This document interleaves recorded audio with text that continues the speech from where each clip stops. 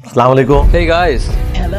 तो कैसे हो सब? चाय मत सब ठीक ठाक है, वेरी गुड। हाजी आज वो टॉपिक नहीं है, आज तो है मुआदल्ला सुम्मा सुम्मा सुम्मा मुआदल्ला। अच्छा नाम साहब, इंजीनियर मोहम्मद अली मिर्जा। लो जी नहीं मंजी ठोकर लगी जे। कैसे लगता है वैसे आपको? यहाँ आगाज तो यहाँ से करेंगे। बैठे हुए आपस में बातें कर रहे होते हैं, मेरी साथ तस्वीर लगा के वैसे ही जिक्र शुरू कर देते हैं। इंजीनियर मोहम्मद अली मिर्जा मैं समझता हूँ कि असर हादर का एक बहुत बड़ा फितना है।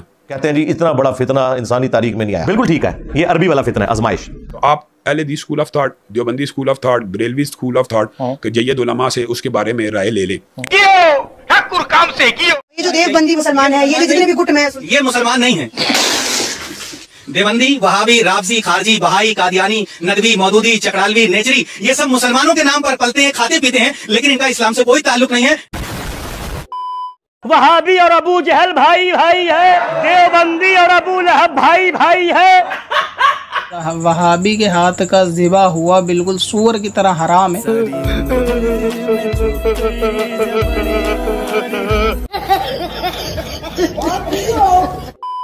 तो अल्लाह के फजल से हमसे सारे मुत्तफिक हैं। और मैं आपको साबित कर देता हूं, मुझे बताएं, जो कुछ मैं देवबंदियों के बारे में कहता हूं, क्या बरेलवी नहीं मानते कि सही क्लास ला रहा है?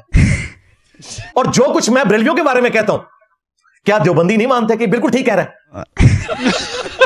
और जो मैं अहले हदीस के बारे में कहता हूं, क्या शिया और देवबंदी और बरेलवी नहीं मानते कि ये सही रगड़ा लगा रहा है बनु मैया के मसले में?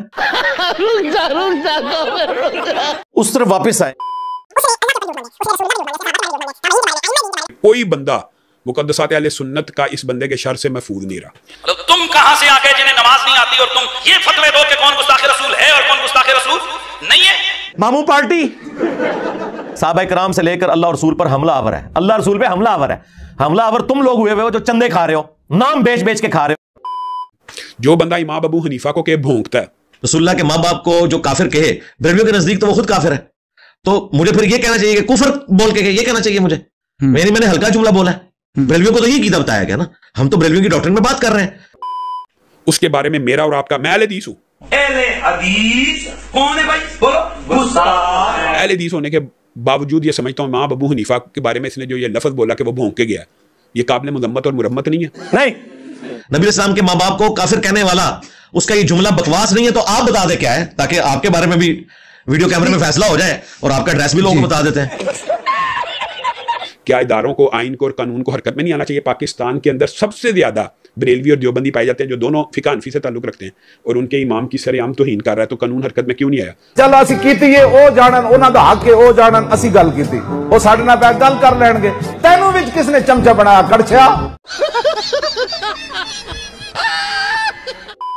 अगली बात सुने, इमाम अबू हनीफा रहिमहुल्लाह के बाद इसने कहा है कि ताबईन रज के झूठे थे। वही बातें रिपीट कर, तू इधर लेन क्या आया भाई? आम लेना है। इसने रसूलुल्लाह सल्लल्लाहु अलैहि वसल्लम के बारे में झूठ बोलते हुए कहा है, झूठी बातें तो करता ही है, लेकिन यहां तक कह दिया कि यहूदी कहते हैं कि रसूलुल्लाह सल्लल्लाहु अलैहि वसल्लम कल के छोकरे हैं, कि यहूदी कहते हैं कि रसूलुल्लाह सल्लल्लाहु अलैहि वसल्म कल के छोकरे हैं। यहूद ने कहा, जो यहूदिया ने क्या था, फिर मेरे खाते क्यों पाता?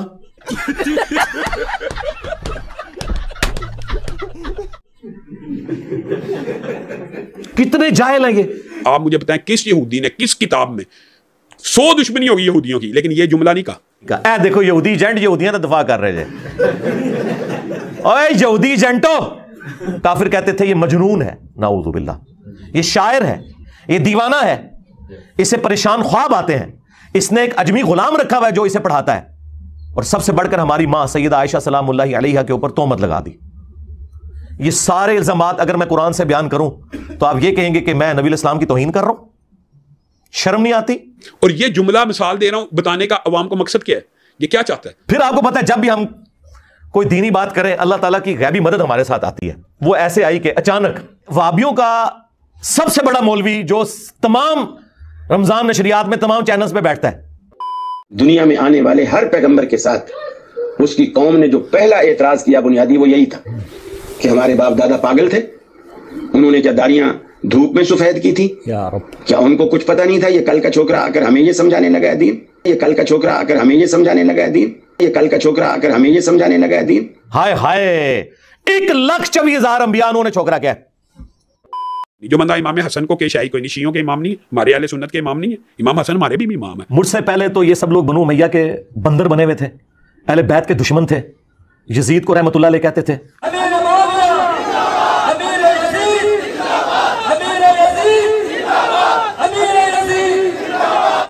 वो लफ्ज आप और ज्यादा नहीं तो कम अज कम इतना कहना चाहिए कि हजरत यजीद रहमतुल्लाह अलैह। दिल तो कर तेरा मुंह तोड़ दूं। You said that Yazid, may Allah be pleased with him. Yazid, may Allah be pleased with him. ये दुआ करें, ये करें या ना करें, मैं जरूर करूंगा कि इनके साथ वही कुछ हो जो इनके बड़ों के साथ होना है। सारे मिलके बोलो आमीन।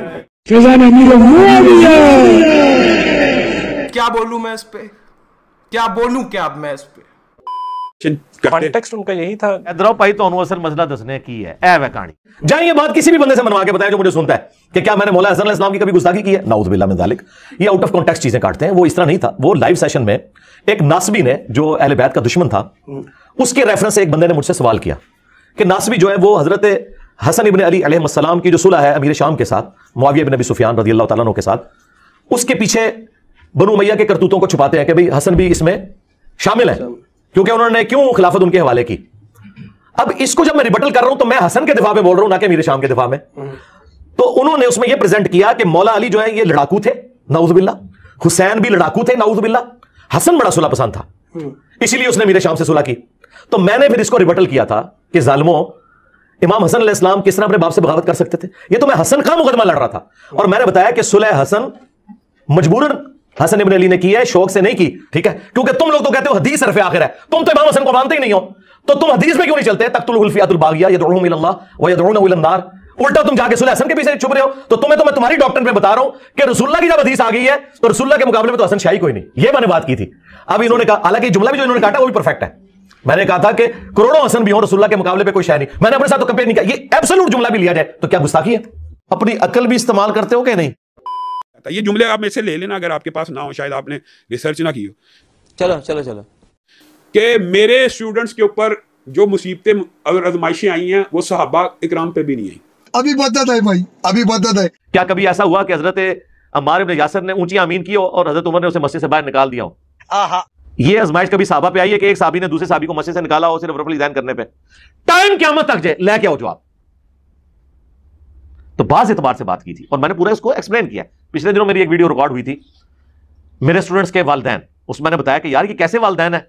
साहबा के वालिदैन तो काफिर थे तो सबर आ जाता था उनको, हमारे वालिदैन वो हैं जो हमें काफिर समझते हैं और उससे बड़ी बात हम उन्हें मुसलमान समझ के दावत दे रहे हैं। बिल्कुल उलट है। इस तरह की आजमाइश अगर किसी पे आई है ना, टाइम क़यामत तक लेके आओ। मैंने जुज़ियात में बात की थी। फिर कहता है कुरान पाक को, आप कहते हैं अल्लाह के बारे में कहता है कुरान पाक को बगैर तर्जुमा पढ़ना ऐसे है जैसे फ्रेंच में गालियां निकालना। अंदाजा करें, कुरान पढ़ने को मैंने ये कहना है कि कुरान गालियां है, नाउज़ बिल्लाह। जो शख्स कुरान की सबसे ज्यादा दावत दे रहा है, ये पूरी एक बात हुई थी और ये मैंने रोया था कि कुरान दुनिया में सबसे पढ़ी जाने वाली किताब है, लेकिन इसका तल्ख पहलू यह है कि सबसे ज्यादा बगैर समझ के पढ़ी जाने वाली अगर कोई किताब है ना तो वो कुरान है। दुनिया में कोई इतनी मजलूम किताब नहीं कि जिसे बगैर समझ के इतना ज्यादा पढ़ा जाता हो। और मैंने कहा था यार, आपका दोस्त अगर फ्रेंच लैंग्वेज में कोई आपको खत लिख देना तो 10 बंदों से आप उसका तर्जुमा करवाते फिरेंगे कि हो सकता है डॉलर ही भेजे वर्ड्स। लेकिन अल्लाह ने अपने महबूब अलैहिस्सलाम के जरिए तुम्हें किताब दी, तुम्हें ये तौफीक ही नहीं कभी से तर्जुमे से पढ़ लो या किसी से जाके इसका तर्जुमा करवा लो कि अल्लाह ताला मुझसे क्या चाहता है। और फिर मैंने साथ एक लतीफा सुनाया जो पंजाब के मुआशरे में आम है कि कुछ पंजाबी सऊदी अरब चले गए, अरबियों के साथ उनका झगड़ा हुआ, इन्होंने पंजाबी में गालियां निकाली और उन्होंने ज़ाहिर है अरबी में गालियां निकाली। और जब वापस आए तो उन्होंने क्या कि वो अरबी थे इतने चंगे ने कि उन्होंने गाला कर दे सर और कुरान ही सुना दे सर। ये मशहूर एक लतीफा है। ये मैंने सुना के तो आगे कहा यार आप लोगों की भी यही हालत है, जिस तरह आपको कोई फ्रेंच में आके गालियां निकाल दे या आपके सामने कुरान पढ़े आपको फर्क नहीं पता लगना। इसको पकड़ के इन्होंने ये बना दिया। अब मुझे बताएं क्या बात थी जो कुरान के दिफा में थी?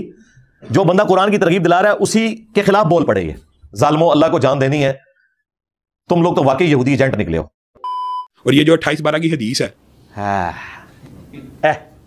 तक़्तुलुहुल फ़िअतुल बाग़िया, मुआशरे के अंदर कहता है कि जाओ अहले हदीसों से जवाब लेके दो, टाइम क़यामत तक जाए। और भाई आप जवाब सुने तो बात है ना, रुको जरा हम ही बता देते हैं। कहता अम्मार को फिया बागिया कत्ल करेगा और तर्जुमा कर उर्दू बागी जमात क्या ना अरबी बोल चढ़े, ठीक है। और फिर वो गले फाड़ने वाला हदीस बयान कर रहा है बुखारी के नबी अलैहिस्सलाम के अल्फाज हैं, उसके बाद कह रहे हैं मुआज़ अल्लाह। वो अम्मार को जहन्नुम की तरफ बुलाता होगा, मुआज़ अल्लाह, वो अम्मार को जहन्नुम की तरफ बुलाता होगा। और ये जो जहन्नुम की तरफ बुलाने वाला गिरोह था ना, मुआज़ अल्लाह ये अमीर मुआविया का था। यानी वो हुजूर को कह रहा है कि आपने कितनी गुस्ताखाना बात किया, तजदीद ईमान कर। मौलवी रसूलुल्लाह की बात के ऊपर पढ़ रहा है तू, मुआज़ अल्लाह, मुआज़ अल्लाह। अम्मार को जमात जहन्नम की तरफ बुला रही होगी और अम्मार उन्हें जन्नत की तरफ बुला रहा होगा, मुआज़ अल्लाह। और ये रसूलुल्लाह की बात है। और फिर उसके अंदर का खुमार कैसे निकला, शैतान ने बात जारी कर दी, कहता है एक हदीस गढ़ी हुई, एक हदीस गढ़ी हुई है, एक हदीस गढ़ी हुई है, एक हदीस गढ़ी हुई है। बात जो है कि फड़ी जाएगी तेज, और कहता है नहीं मफहूम गड़ा हुआ, यानी मफहूम गड़ा हुआ, हदीस तो दुरुस्त है। अच्छा मफहूम मेरा तो गड़ा, तू दस के मफहूम है इस हदीस का, तू मफहूम क़यामत तक टाइम है ना, तुसी हदीस मुबाहला बयान कर सकते हो ना हदीस मार दा मफहूम बयान कर सकते हो। यार ये काम तो अहले तशय्युई नहीं कर सके, ये काम शिया नहीं कर सके, सच्चे दिल से बता रहा हूं, ये जुर्रत उनमें भी पैदा नहीं। वो आप देख लें, वो कह रहे हैं शिया दोस्तों और इंजीनियर राफजी। वाह वाह वाह वाह, वो तेरा जगह ते लेना सी। मैं उनके दौर में होता हज़रत अली के तो हज़रत अमीर मुआविया के ऊपर तलवार तान लेता, ये कर लेता। यार ये कैसी अंदाज़े गुफ्तगू है। अभी बदत है भाई, अभी बदत है। तो मेरे दिल की बात है वो ये है कि वल्लाह अगर कभी उस जमाने के अंदर हम मौजूद हो या मैं मोहम्मद अशरफ कादरी मौजूद होता तो मैं तलवार उठा के मौला अली रज़ी अल्लाह तआला अन्हु के साथ होता और मौला अली रज़ी अल्लाह तआला अन्हु की तरफ से हजरत अमीर मुआविया के लश्कर के साथ मैं लड़ता भी, तो ये हमारे अकीदे का तकाजा। हाय हाय हाय, कारी साहब 100/100 नंबर ने छक्का मारे, आज कमाल बात की है। सबसे पहले इमाम अबू हनीफा रहमहुल्लाह ताला के मनाकिब के ऊपर जो किताब लिखी गई, उर्दू में भी उसका काफी सारा हिस्सा आ चुका है, हम दोनों इंशाल्लाह रेफरेंसेस लगा देंगे। उन्होंने अपने शागिर्दों से फरमाया कि जानते हो कि अहले शाम हमसे क्यों बुग़्ज़ रखते हैं? तो शागिर्दों ने कहा मालूम नहीं। तो उन्होंने फरमाया इसलिए कि हमारा ये अकीदा है कि अगर हम हजरत अली रज़ियल्लाहु ताला अन्हु के जमाने में होते तो हजरत मुआविया इब्न सुफियान रज़ियल्लाहु ताला अन्हु के खिलाफ हजरत अली की हिमायत में क़िताल करते, जंग लड़ते, ज़ाहिर कुरान का हुक्म पूरा करते। सूरह अल हुजरात की आयत नंबर 9 है कि जब मुसलमानों का कोई ग्रोह बागी हो जाए तो उसके खिलाफ क़िताल करो यहां तक कि वो तौबा पर आमादा हो जाए। तो इसके तहत सैयदना अली के साथ मिलकर हम खलीफा राशिद के साथ मिलकर बागी जमात के खिलाफ क़िताल करते। ये हजरत इमाम अबू हनीफा रहमतुल्लाह अलैह का फतवा है।